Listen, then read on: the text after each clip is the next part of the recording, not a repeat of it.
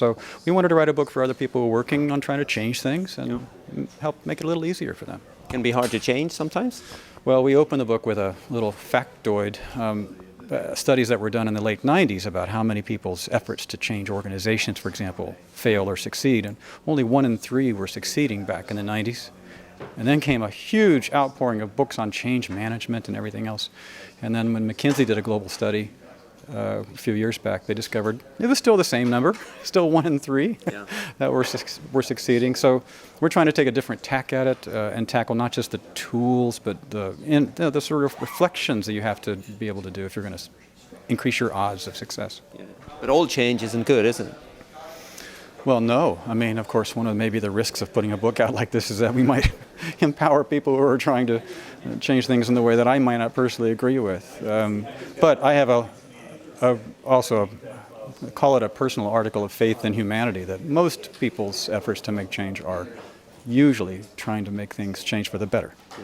What are the great obstacles when it comes to change? Well, there's at least 127 of them. No. There are lots of different specific obstacles.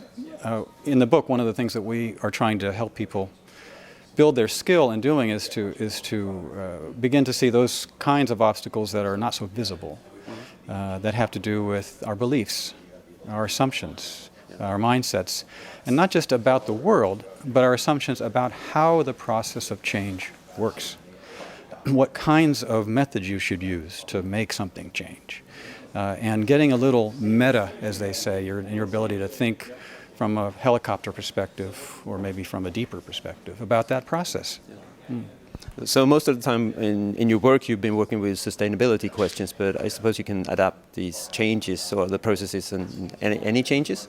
Well, my co-author Axel Klimek has been mostly working as an executive coach and change management person, not in sustainability. We work on sustainability together. But also in my work in sustainability, a lot of the time I find myself just doing change processes in general, working with institutions, and you think what you're doing is the new policy on CSR, but what you're really doing is developing the management team's ability to handle change generally. So I discovered that a lot of the things that we learn about in sustainability, systems thinking, for example, or innovation theory, had broad application. And working in sustainability, as we write here, this isn't a sustainability book per se, there's a chapter about that, but mostly it's about taking the lessons of trying to change these huge and complex organizations with very difficult processes and taking the lessons out of that sustainability experience and making them more generally available. Yeah. Something about the title. It's a little bit strange, huh?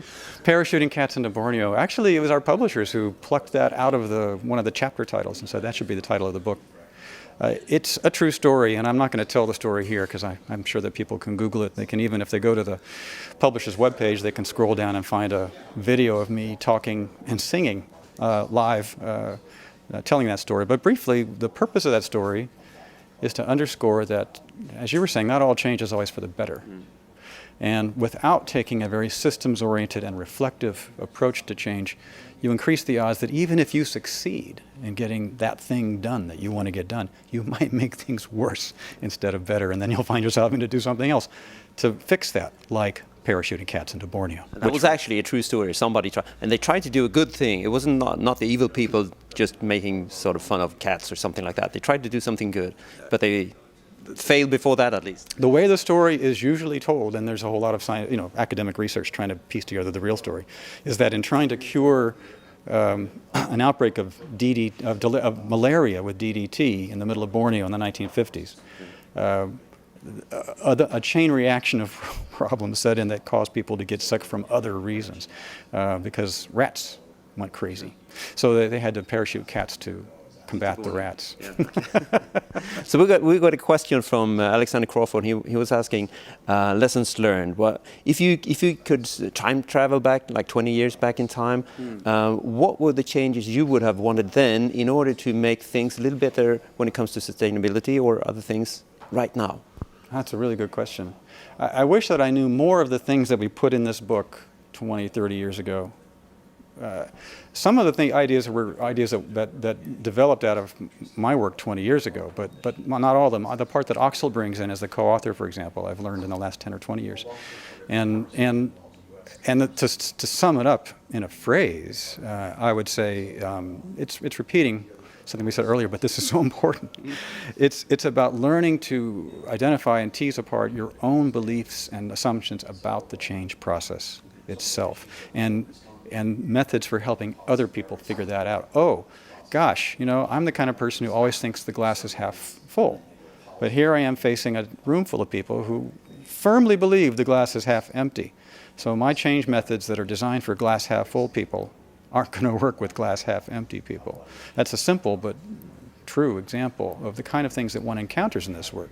And if I could go back in time and help more people then, including myself, be even more flexible about how they approach change using multiple kinds of methods, paying close attention to the real situation of the people that they're facing, that would be good.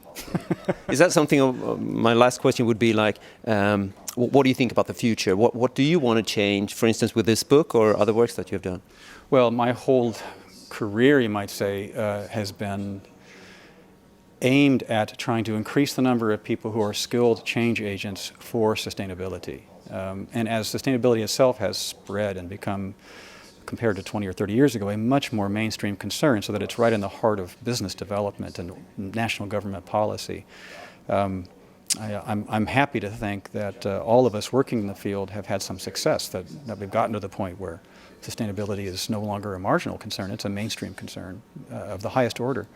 And so I'm hoping that this book just simply further can be an oar in the water of the boat to speed the process of change and transformation that will make governments, businesses, communities more able to deal with issues like climate change, demographic shifts, mindset changes, trade imbalances. I mean, make the world a better place.